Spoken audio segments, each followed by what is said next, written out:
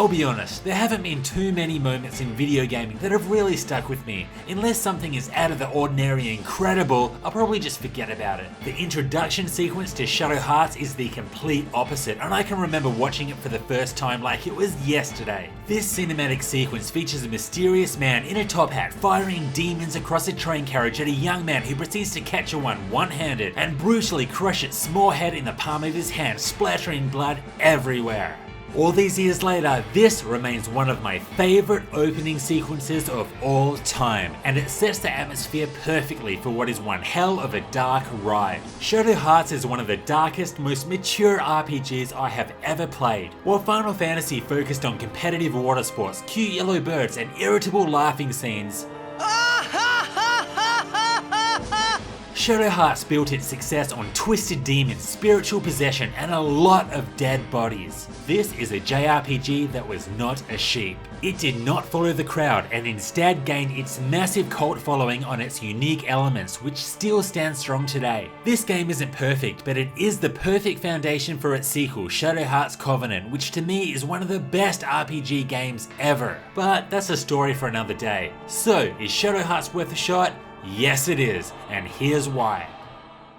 The Dark Tale begins 15 years after the original game Kudelka, which sets a nice foundation but is far from a requirement for playing Shadow Hearts. After being told what to do by a mysterious voice in his head, "Don't do it," Yuri proceeds to save a girl named Ellis from some top hat man. From here on, it is a quest for answers, and much of the game will focus on uncovering why Ellis was kidnapped and the reason behind the mysterious voices. Hit like. The story of Shadow Hearts is a short, relatively small adventure that rarely suffers from pointless diversions. This straight-to-the-point writing sets a steady pace and creates some pretty engaging storytelling. But I'll admit it, 12-year-old me probably didn't enjoy the story as much as 30-year-old me did. You're getting old. Shut up!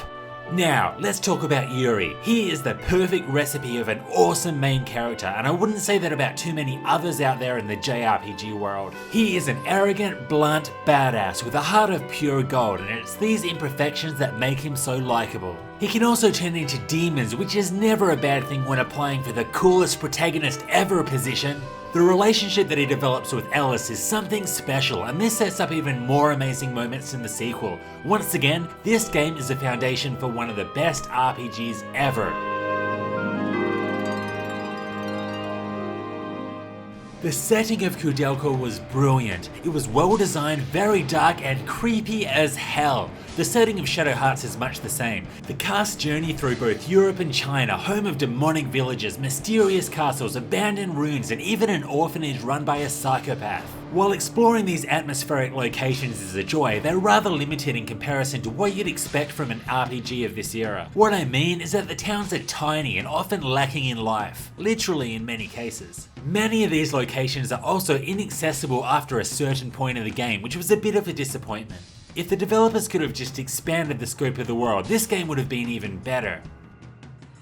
Now, the battle system is one thing that makes Shadow Hearts such a unique, memorable game. Ladies and gentlemen, picture a typical turn-based battle system. We have a basic attack, unique character abilities, item usage, and defensive options. Sounds pretty traditional of the era, right? It is, but with one genius addition. Ladies and gentlemen, I introduce you to the Judgment Ring, the sole contributor in turning a simple, ordinary battle system into something that makes every fight a blast. Every time you select an attack, a circle will appear with a set number of orange areas. As the clock hand spins around, you'll have to press X when it's over these hit areas. Miss one and the attack will completely fail. To take this a step further, these hit areas have a very small red area at the end of them called strike areas. If you hit one of these, your attack will do more damage. This is a risk-reward system at its best. Every single boss battle had me thinking, should I play it safe with the regular hit areas or risk missing completely for the extra damage? Sure, it resulted in loads of profanities being yelled at the top of my lungs, but it was well worth it.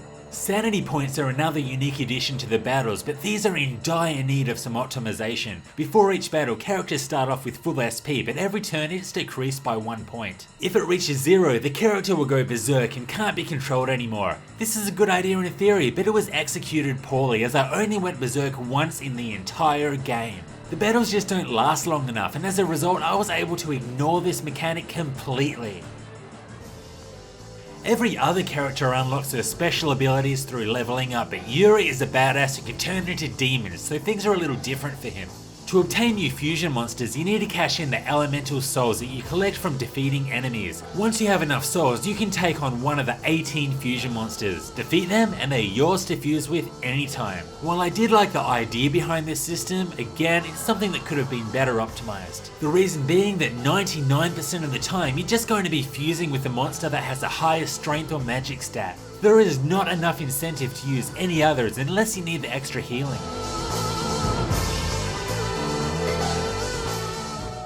Shadow Hearts is a dark, mature JRPG that wasn't afraid to run away from the pack and make itself unique, and I applaud the developers for this. There's something about this series that has always held a special place in my shadowy heart, and this was reinforced to a greater extent a decade after playing it for the first time. You're getting old! The dark, mature themes, the excellent cast of characters, and the incredible judgment ring system is why I love this game so much. However, the pointless SP system and the disappointing fusion monsters were in clear need of a rework. But at the end of the day, I think that the biggest incentive to play this game should be that it is the perfect introduction to its sequel, Shadow Hearts Covenant. I swear, Covenant is an absolute masterpiece and surpasses this game in just about every way. Play this first, then play the sequel. You will not be disappointed. This was Hellfire RPGs. Thanks for watching. If you liked this, hit like and subscribe for more RPG content. See you next time.